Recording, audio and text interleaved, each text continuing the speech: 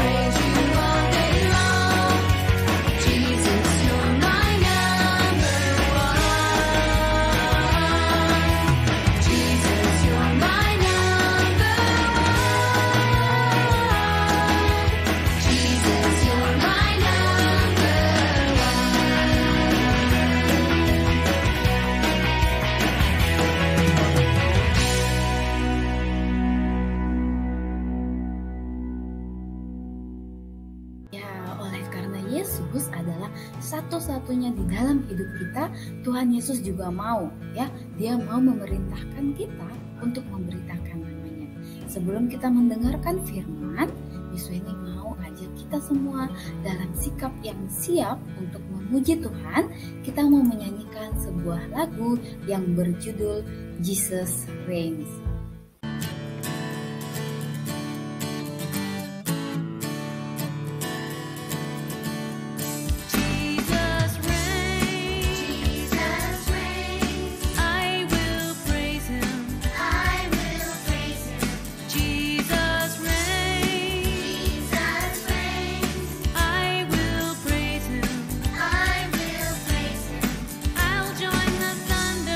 I'll join the thunder and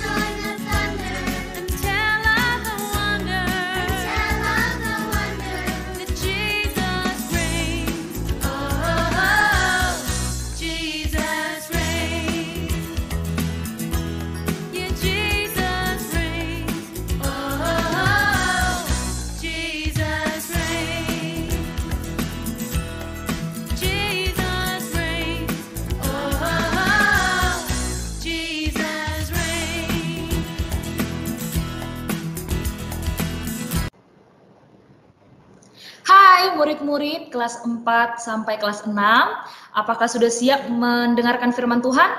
Kalau sudah siap, ayo tunjukkan sikap kalian ketika hendak mendengarkan firman Tuhan. So please sit nicely everyone. Nah, sebelum kita dengarkan firman Tuhan, kita akan berdoa ya. How to pray?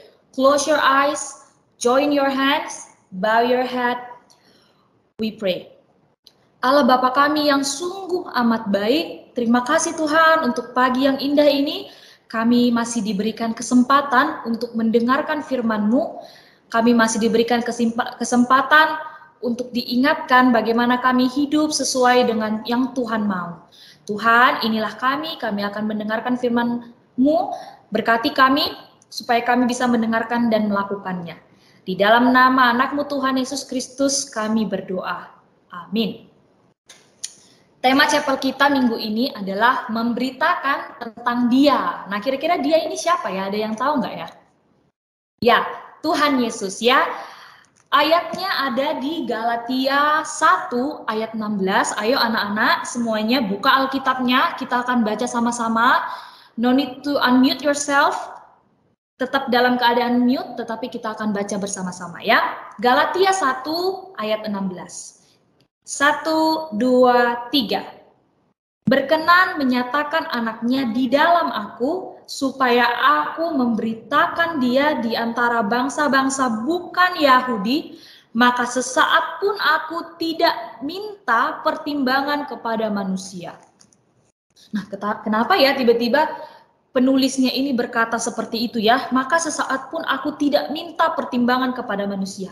Ada masalah apa ini ya kira-kira? Nah, kita harus tahu dulu nih latar belakang dari Galatia ini ya. Ayo, grade 4 sampai grade 6 ya yang sudah belajar di BS. Ada yang tahu nggak siapa penulis Galatia? Ayo, semuanya pikirkan. Make a good guess and then type it on the meeting chat everyone. Ya, siapa yang tahu penulis Galatia? Kira-kira ada yang tahu nggak ya? Oke, waktunya habis. Oke, penulis dari surat Galatia adalah Rasul Paulus. Nah, sesuai dengan namanya Galatia, tentu surat Paulus ini ditujukan kepada sejumlah jemaat gereja di Galatia. Nah, Galatia itu salah satu tempatnya Rasul Paulus ya dalam melakukan pelayanan, dan kisahnya ini juga ditulis di Kisah Para Rasul ya. Nah, ketika si Rasul Paulus menuliskan Galatia yang tadi kita baca itu, Galatia 1 ayat 16, dia sedang merasakan apa nih kira-kira ya? Kalau kalian baca lagi ayat 16 itu, kira-kira apa yang sedang dia rasakan ya? Iya, kalau dia baca di sini itu seperti menunjukkan intonasi yang lagi marah gitu ya. Dan sebenarnya memang saat itu Rasul Paulus sedang merasakan frustasi. Ayo, siapa yang pernah merasa depresi, frustasi, atau marah besar? Ya, mungkin kalau anak-anak itu kadang-kadang merasa frustasi, ya Miss, saya frustasi karena banyak tugas. Atau ada juga ya, yang biasanya nih hari Sabtu, kan itu weekend ya, wah aku berencana mau push rank nih Miss malam ini. Tapi tiba-tiba papa aku suruh aku mengerjakan sesuatu yang lain, jadi aku tidak bisa push rank malam ini. Nah, biasanya itu ada ya yang marah gara-gara hal-hal seperti itu. Tapi berbeda dengan Paulus. Kira-kira kenapa ya Rasul Paulus itu bisa marah ya? Padahal dia kan umat utusan Tuhan ya, tapi ternyata bisa marah loh sampai frustasi. Kenapa? Nah, simak ceritanya ya. Jadi latar belakangnya itu adalah pada awalnya kekristenan itu adalah dimulai dari gerakan mesianik Yahudi. Nah, mesianik Yahudi itu apa, Miss? Gerakan mesianik itu adalah gerakan untuk memberitakan Injil, memperkenalkan tentang Mesias, yaitu Kristus yang dilakukan oleh orang-orang Yahudi. Ya, orang-orang Yahudi itu keturunan bangsa Israel. Nah, namun sesungguhnya panggilan keselamatan tersebut, Injil tersebut itu bukan lagi hanya untuk orang Yahudi, ya. Ingat ya, jadi sebenarnya Injil keselamatan itu adalah panggilan atau undangan bagi seluruh umat manusia ya. Bukan hanya Yahudi tetapi juga non-Yahudi. Nah, hal inilah yang membuat jumlah orang-orang percaya non-Yahudi menjadi semakin banyak. Dan pada saat itu kekristenan mudah ya. Kristen itu menyebar dengan cepat dan mudah diterima oleh banyak orang. Nah, ajaran sejati inilah yang Rasul Paulus pertahankan ya. Kemanapun dia pergi, dia menekankan bahwa keselamatan itu sebenarnya ditujukan untuk semua orang, undangan keselamatan itu. Sehingga pengajaran Paulus ini menimbulkan konflik. Nah, tahu ya apa itu konflik? Ada yang tahu apa konflik?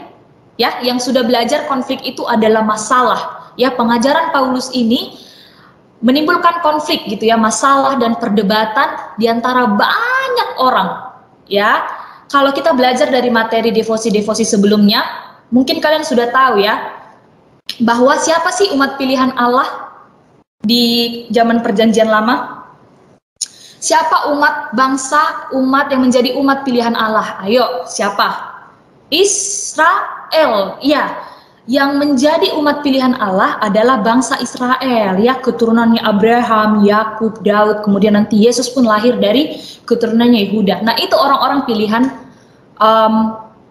Allah pada awalnya ya, bangsa Israel. Nah, di mana bangsa Israel ini hidupnya itu dijaga sekali kekudusannya ya, dengan melakukan berbagai Taurat. Jadi kalau kalian udah hafal itu ada 10 hukum Taurat, sebenarnya Taurat itu lebih banyak lagi dari situ ya. Nah, yang paling sering itu orang Yahudi sangat tekankan adalah salah satunya, ini hanya beberapa ya. Sunat bagi laki-laki, kemudian harus makan makanan yang halal dan menjalankan peraturan-peraturan di hari Sabat gitu ya, menguduskan hari Sabat. Nah, sehingga banyak orang Kristen yang Yahudi ya, yang merasa bahwa oh, orang-orang bukan Yahudi itu harus melakukan hal yang sama dengan mereka ya. Orang-orang yang non-Yahudi itu siapa? Misalnya nih Mistia juga orang non-Yahudi ya, karena Mistia juga tidak lahir dari keturunannya bangsa Israel secara biologis ya. Nah, mereka berpikir bahwa oh, kalau orang-orang non-Yahudi itu bisa selamat atau menjadi keluarga Allah hanya ketika mereka mampu melakukan Taurat seperti yang mereka lakukan pada zaman itu. Ya, nah akhirnya orang-orang Yahudi ini datang ke gerejanya Galatia untuk memperingatkan mereka gitu ya, agar mengabaikan ajaran si Paulus gitu ya. Nah, itulah alasan Paulus marah sehingga ia menuliskan tulisan ini yang tadi ayat 16 itu ya, yang dia kedengaran marah itu. Nah, akhirnya dia marah dan menuliskan tulisan ini kepada para jemaatnya gitu ya, orang-orang yang saat itu dia layani juga. Nah, apa yang ingin Paulus tekankan adalah yang pertama ya, ia menekankan bahwa tentang keheranannya ya, dia heran gitu. Kenapa jemaat Galatia bisa-bisanya mengikuti ajaran sesat atau percaya kepada ajaran sesat, yakni Injil yang lain ya, oleh orang Kristen yang menuntut sunat gitu ya, menuntut untuk melakukan hukum Taurat supaya selamat ya. Nah, karena itulah Paulus ingin mempertahankan kebenaran dan menekankan otoritasnya sebagai rasul yang diutus oleh Kristus. Dia juga ingin menekankan kerasulannya itu ya. Meskipun mungkin kalian tahu ada berapa murid Tuhan Yesus itu ada 12 ya. Kemudian tiba-tiba ada 12 rasul. Kenapa Paulus tiba-tiba ada gitu ya di luar yang 12 ini. Nah, dia ingin menekankan bahwa anaknya gitu ya, pertemuan dia dengan Kristus itu dia langsung diutus oleh Kristus gitu ya. Kalau kalian masih ingat kisahnya, sebelum Paulus bertobat ia bernama Saulus. Nah, dia bertemu dengan Kristus, kemudian dia bertobat dan ia menjadi rasul. Ya, itu yang dia ingin pertahankan adalah kebenaran itu. Itu yang pertama. Kemudian yang kedua, dia ingin menekankan bahwa tidak seorang pun dibenarkan dan diselamatkan karena hukum Taurat. Tidak ada. Karena sebenarnya manusia itu tidak ada yang sempurna. Tidak ada yang benar-benar bisa mentaati, memenuhi seluruh hukum Taurat yang ada, yang banyak itu ya. Nah, melainkan kita selamat hanya di dalam iman ya, iman kepada Yesus Kristus saja ya. Di Galatia 2 ayat 16 dikatakan, kamu tahu bahwa tidak seorang pun yang dibenarkan oleh karena melakukan hukum Taurat ya, tetapi hanya oleh karena iman di dalam Kristus Yesus Ya, sebab itu kami pun telah percaya kepada Yesus Kristus Yesus supaya kami dibenarkan oleh karena iman di dalam Kristus. Sebab tidak ada seorang pun yang dibenarkan oleh karena melakukan hukum Taurat. Ya. Nah, God story-nya apa yang perlu kita lihat di sini adalah sebenarnya Tuhan itu sudah merencanakan sejak awal tentang keselamatan itu. Tuhan itu sudah memilih, ya, siapa-siapa saja yang akan menjadi rasulnya, siapa-siapa aja yang akan menjadi hamba Tuhan. Tetapi undangan keselamatan itu sesungguhnya untuk semua orang. Ya, masalahnya adalah siapa yang akan meresponi panggilan itu, siapa yang mau dipanggil untuk percaya kepada Kristus dan kemudian selamat hanya karena iman di dalam Kristus. Tuhan memang memelihara bangsa pilihannya benar, ya, memelihara bangsa Israel itu benar agar Yesus nanti bisa lahir dari keturunan bangsa Israel, benar. Tetapi Allah juga, berdaulat, ya, has a big sovereignty untuk memberikan keselamatan itu bagi siapapun yang percaya kepada Yesus Kristus, ya. Nah, connect to Jesus-nya apa? Connect to Jesus-nya adalah Yesus itu menjadi keselamatan yang sejati. Karena hanya Yesus satu-satunya yang bisa taat dengan sempurna di bawah hukum Taurat itu. Ya, manusia tidak ada satupun yang mampu memenuhi semua hukum Taurat. Karena itulah Yesus mengambil tempat kita untuk taat 100% di bawah hukum Taurat sampai ia mati di kayu salib. Dan saat itulah dia menebus dosa-dosa kita.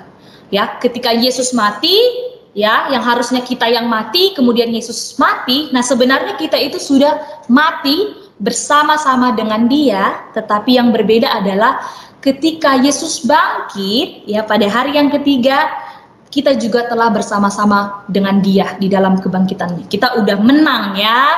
Nah, itulah yang juga dipegang erat oleh Paulus, ya, yang membuat dia sangat bersemangat dan berani untuk menyatakan kebenaran bahwa ya, saya sudah menang, kita semua itu sudah selamat di dalam Kristus, ya. Jadi bukan karena melakukan hukum Taurat. Aplikasinya apa? Yang pertama, percaya kepada Injil yang sejati, hati-hati dengan ajaran sesat, ya. Keselamatan itu adalah anugerah dari Tuhan, anugerah yang tidak bisa kita tolak, ya. Karena kita semua pada dasarnya berdosa dan yang kita butuhkan adalah anugerah Tuhan untuk bisa selamat, ya. Dan bukan karena usaha baik kalian. Kalau kalian mau melakukan perbuatan baik nih, boleh. Tetapi point of view-nya adalah saya berbuat baik because God enables us to do the good things, ya. Karena Tuhan sudah memampukan saya sudah dibebaskan dari dosa yang awalnya saya selalu melakukan dosa, tidak punya kekuatan untuk melawan dosa. Ketika kita percaya Kristus, kita sudah dibebaskan dan kita punya authority untuk hidup kita sendiri, untuk memilih melakukan hal yang benar. Kedua, yang terakhir, ya, merasakan relasi yang indah dengan Yesus. Nah, Paulus itu kenapa dia bersemangat sekali, ya?